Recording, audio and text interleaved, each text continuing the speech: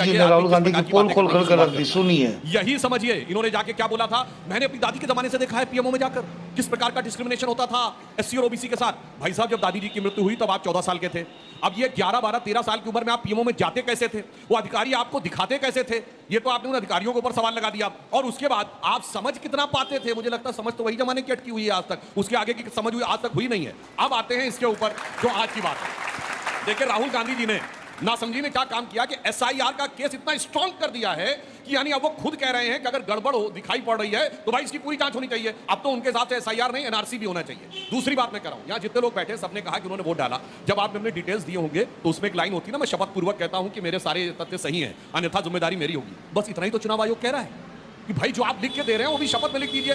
अगर ये सारे लोग लिख सकते हैं, लाखों दर्शक तो देख रहे हैं वो लिख के दे सकते हैं, तो राहुल गांधी मैं तो शहंशाह आलम वली अहद सल्तनत फर्जंद अंजुमन हूं, मैं थोड़ी लिख के दूंगा। मैंने तो कह दिया